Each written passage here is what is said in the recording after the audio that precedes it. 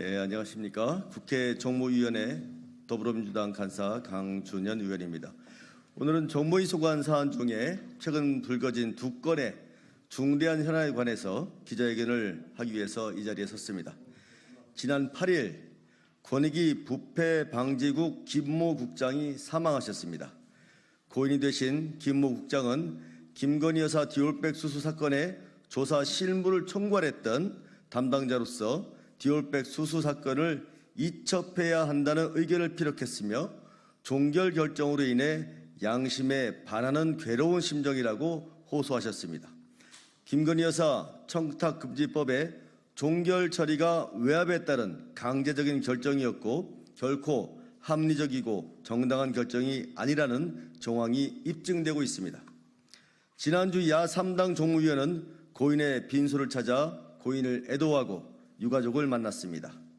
유족께서는 진실을 꼭 규명하고 부패 방지 업무를 위해 진심으로 최선을 다한 고인의 명예를 회복해달라는 부탁을 하셨습니다. 그 뜻을 꼭 이루고자 합니다. 또한 지난 8일 독립기념관장 자리에 김영석 관장이 취임했습니다. 일제 식민지배를 옹호하고 우리 독립운동의 역사를 철저히 부정하며 1948년 건국절을 숭상하는 오류투성이의 인사를 윤석열 정부가 독립기념관장에 임명한 것입니다. 논란이 커지자 급기야 독립기념관은 오늘 오전 올해 광복절 경축식 행사를 돌연 취소한다는 발표를 하기에 이르렀습니다. 참담하기 그지없습니다. 도저히 묵과할 수 없는 사안들이기에 민주당 정무위원은 또다시 오늘 기자회견을 통해서 국민의 심정을 대변하고 분명한 입장을 피력하고자 합니다. 회견에 앞서 참석하신 위원님들 소개하겠습니다. 김현정 의원님 오셨습니다. 민병덕 의원님 오셨습니다. 신장식 의원님 오셨습니다. 유동수 의원님 오셨습니다. 천준호 의원님 오셨습니다. 박상혁 의원님 오셨습니다. 김남근 의원님 오셨습니다. 한창민 의원님 오셨습니다. 조승래 의원님 오셨습니다. 김용만 의원님 오셨습니다. 이강일 의원님 오셨습니다. 지금부터 더불어민주당 정무위원회 기자회견을 시작하겠습니다.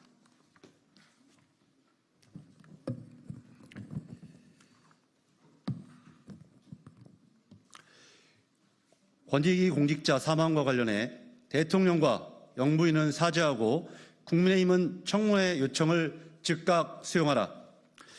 김건희 여사 명품백 사건을 총괄하던 국민권익위원회 고위 간부가 안타깝게 스스로 세상을 떠났다.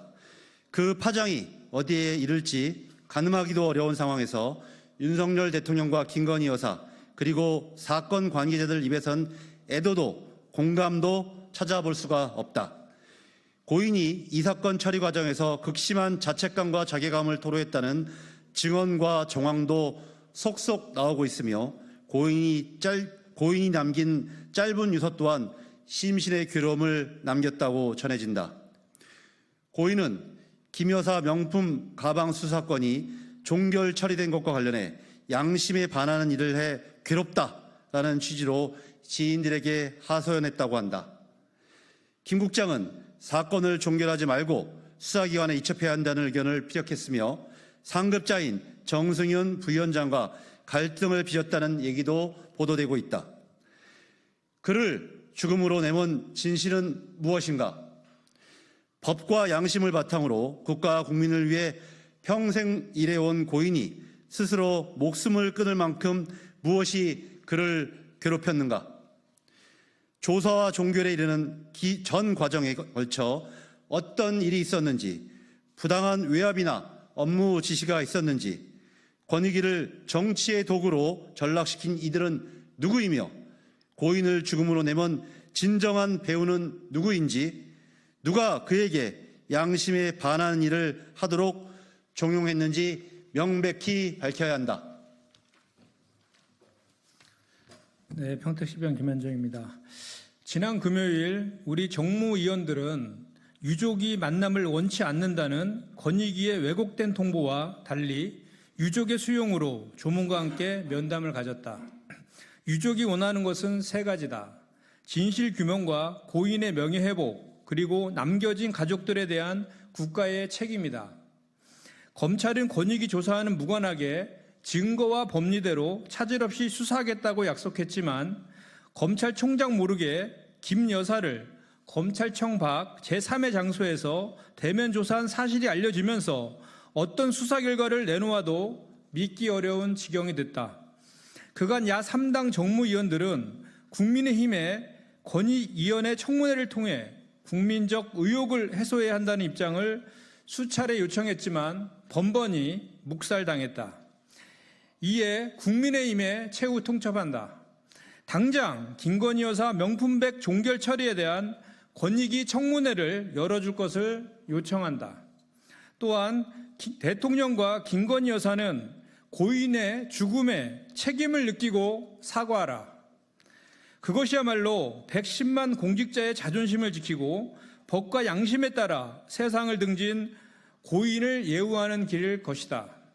만약 또 한 번 국민의힘이 청문회 요청을 외면한다면 윤석열 살인정권, 공범 권익위, 방조자 국민의힘이라는 오명에서 자유롭지 못할 것이며 크나큰 국민적 저항에 직면하게 될 것임을 명심하기 바란다. 다시 한번 고인의 명복을 빌며 유족에게 위로의 마음을 전한다. 2024년 8월 12일 더불어민주당, 조국혁신당, 사회민주당 정무위원회 위원 일동.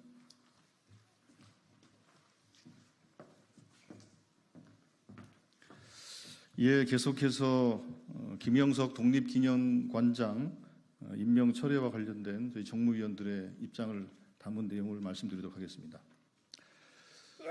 윤석열 대통령은 일제기념관장 김형석 임명을 즉각 철회하라. 친일 국정을 중단하고 대한민국 역사와 국민 앞에 사죄하라. 우리 대한은 완전한 자주독립으로 이민족 전체의 학대와 억압을 벗고 대한민주의 자립을 선포하노라. 1919년 3.1운동을 앞두고 발표된 대한독립선언서 서문 중 일부다. 3.1 독립운동이 벌어진 지 105년이 지났음에도 오늘 우리가 그 시절 순국선열들과 같은 심정으로 같은 내용을 발표하게 된 것에 대해 무척이나 비참하고 참담할 따름이다. 이것이 오늘날 대한민국 역사의 처참한 현 주소이며 이러한 참극을 초래한 것이 윤석열 대통령과 김영석 관장이다. 김영석 관장 임명의 후폭풍이 결국 오늘 독립기념관에서 광복절 경축식 행사를 취소하는 사상 초유의 사태로까지 번졌다. 갑진년의 국치다. 예, 시간 관계상 중략하도록 하겠습니다. 1945년 8월 15일이 우리가 광복한 날이 아니고 홍범도 장군 흉상이 육사에 있어야 할 이유가 있냐고 따지며 자신의 저서에선 김구 선생 암살이 구국을 위한 판단이었다는 등 각종 망언을 쏟아내던 김영석 관장이다. 그러더니 정작 친일 인사들은 구제하겠다는 구상을 한치의 부끄러움 없이 발표하는 그 작태에 도저히 경악을 금할 수 없다. 이러한 인사를 임명한 윤석열 정부의 실체 역시 그냥 지나칠 수가 없다.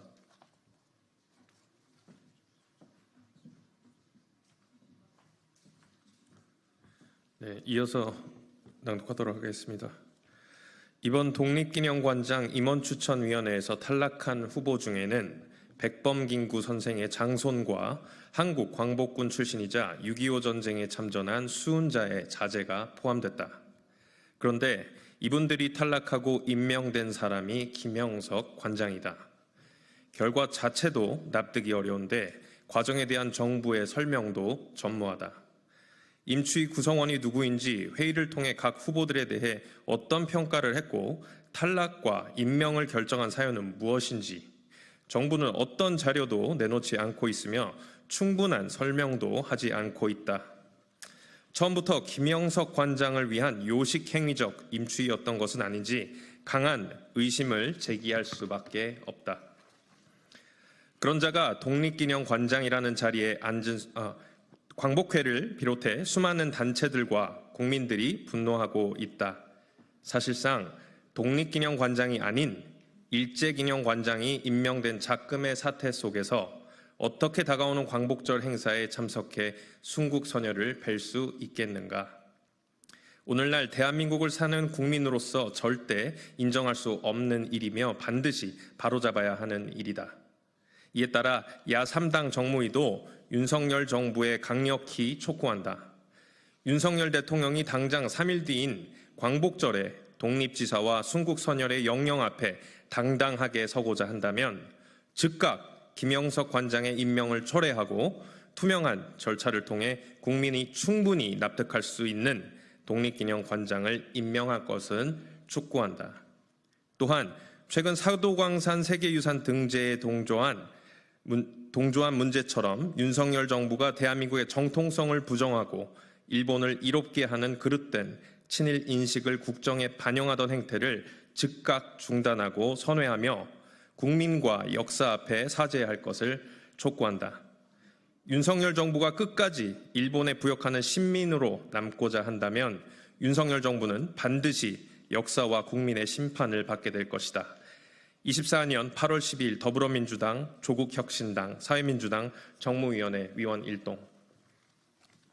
네, 이상 기자회견을 마치도록 하겠습니다. 감사합니다.